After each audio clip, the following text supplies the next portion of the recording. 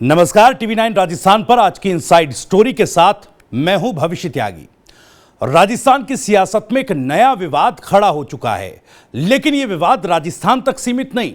यह मामला गहलोत सरकार और सीएजी यानी कंट्रोलर ऑडिटर जनरल, हिंदी में कहें तो नियंत्रक और महालेखा परीक्षक के बीच का है। राजस्थान में गहलोत सरकार पर सीएजी ने गंभीर आरोप लगाए, जिसमें कहा गया कि राज्य में गंभीर संवैधानिक संकट की स्थिति पैदा हो सकती है। सीएजी का कहना है कि गहलोत सरकार अपना खाता बही कैग से साझा नहीं कर रही है और इसी मामले में 9 फरवरी को सीएजी ने गहलोत सरकार को एक संदेश भेजा है, जिसमें कैग की संवैधानिक बाध्यता को चुनौती देने की कोशिश का विरोध किया गया।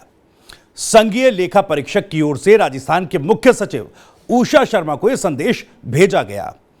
कैग ने संविधान के अनुच्छेद 150 का हवाला देते हुए कहा कि संघ और राज्यों के अकाउंट्स को सीएजी की सलाह पर राष्ट्रपति द्वारा निर्धारित प्रपत्र के रूप में माना जाएगा।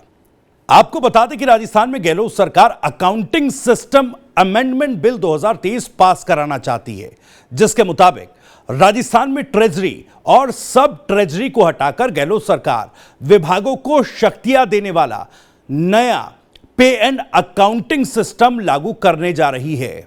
वहीं सीएजी ने राजस्थान में वित्त विभाग की इन कोशिशों को संवैधानिक प्रावधानों के खिलाफ बताया। राजस्थान सरकार ने इससे पहले अपने नए अकाउंटिंग सिस्टम को लेकर सीएजी को एक लेटर भी भेजा था, जिसके जवाब में सीएजी ने जवाब देते हुए कहा था कि मौजूदा अकाउंटिंग सिस्टम की जगह नया पीएनडे सिस्टम संवैधानिक नियमों के खिलाफ है और ये डीपीसी एक्ट 1971 के प्रावधानों के विरुद्ध है। वहीं कैग ने राज्य सरकार को इस मामले में आगे कोई भी कदम उठाने से बचने के लिए भी कहा था। दरअसल राजस्थान विधानसभा के 7वें सत्र में पूछे गए एक लिखित सवाल के जवाब में सरकार ने स्वीकार किया था कि ट्रेजरी और सब ट्रेजरी की जगह पर विभागों में पीएनडे ऑफिस खोले जाएंगे और इससे संबंधित ट्रेजरी और साथ ही सब ट्रेजरी कार्यालय को बंद करने और दूसरे कार्यों में लेने के लिए विचार करने के बारे में कहा गया था। वहीं अब सीएजी ने राज्य सरकार को आजादी के बाद से हर राज्य द्वारा अपनाई जाने वाली प्रणाली की याद दिलाते हुए लेटर में साफ कहा कि सीएजी हर राज्य की ट्रेजरी राज्य के खातों की ऑडिटिंग करने के लिए जिम्मेदार है। संघीय लेखा परीक्षक के मुख्यालय से भेजे गए लेटर में मुख्य सचिव को याद दिलाया गया कि ट्रेजरी सिस्टम में कोई भी बदलाव करने से पहले राष्ट्रपति और सीएजी से अनुमति लेना जरूरी है। अब सवाल यह भी उठता है कि मौजूदा सिस्टम को हटाकर गहलोत सरकार नया सिस्टम क्यों लागू करना चाहती है और क्या इस नए सिस्टम से सीएजी के अधिकार कम हो जाएंगे? तो इसे समझने के लिए थोड़ा इतिहास और सीएजी की कार्यप्रणाली भी समझना जरूरी है। आप ये तो जानते हैं कि सीएजी के ऑडिट्स के चलते देश में बड़ी बड़ी वित्तीय अनियमितताओं और भ्रष्टाचार के खुलासे हो चुके हैं, लेकिन बात अगर अधिकारों की करें तो केंद्र और राज्यों के बीच संबंधों के निर्धारण के लिए संविधान में कई प्रावधान हैं। संविधान की 7वीं अनुसूची के तहत केंद्र और राज्यों के बीच अधिकारों का वितरण होता है। राज्यपाल, चुनाव आयोग, हाईकोर्ट और सीएजी के जरिए भारतीय संघ में राज्यों की भूमिका का नियमन और निर्धारण होता है। संविधान के तहत केंद्र में संसद और राज्य में विधानसभा की मंजूरी के बिना कोई खर्च नहीं हो सकता। विभागों के खर्चों और उनकी प्रक्रिया का सीएजी ऑडिट करती है। 1976 के अमेंडमेंट के बाद केंद्र के अकाउंट्स के लिए कंट्रोलर जनरल ऑफ अकाउंट्स नाम से नई व्यवस्था बनी। वहीं राज्यों के ऑडिट कंट्रोलर ऑडिटर जनरल यानी सीएजी करता है।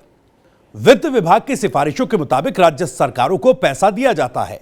केंद्र की योजनाएं भी राज्यों के जरिए अमल में लाई जाती हैं, इसलिए सभी राज्यों और उनके विभागों की अकाउंटिंग और ऑडिट सीएजी करता है।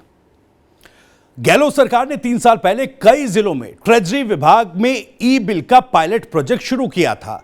सरकार का कहना है कि ट्रेजरी व्यवस्था खत्म करके नया पे एंड अकाउंटिंग सिस्टम लाने से बिलों के भुगतान का सेंट्रलाइजेशन होगा और सिस्टम में ट्रांसपेरेंसी आएगी। हालांकि सीएजी के साथ राज्य में पेंशनधारी भी सरकार के इस बिल का विरोध कर रहे हैं। पेंशनधारियों का कहना है कि अभी लोगों को समस्याओं का निराकरण तहसील या जिला स्तर पर मिल जाता है। नया सिस्टम लागू होने के बाद लोगों को राजधानी जयपुर के चक्कर काटने होंगे।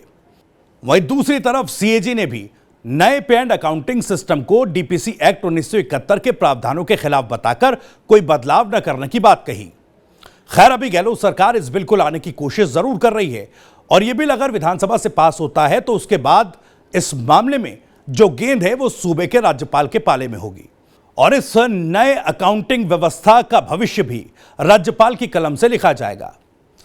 तो इसी के साथ आज इस इनसाइड स्टोरी में इतना ही। अगर आपको ये वीडियो पसंद आया हो तो वीडियो को लाइक करें, ज्यादा से ज्यादा शेयर करें और आप भी इस मसले पर अपनी कोई बात रखना चाहते हैं तो कमेंट बॉक्स आपके लिए खुला है। इसके साथ साथ राजस्थान से जुड़ी खबरों को सबसे पहले जानने के लिए YouTube पर TV9 राजस्थान को सब्सक्राइब करें और हमारे फेसबुक पेज को भी फॉलो करना ना भूलें। नमस्कार।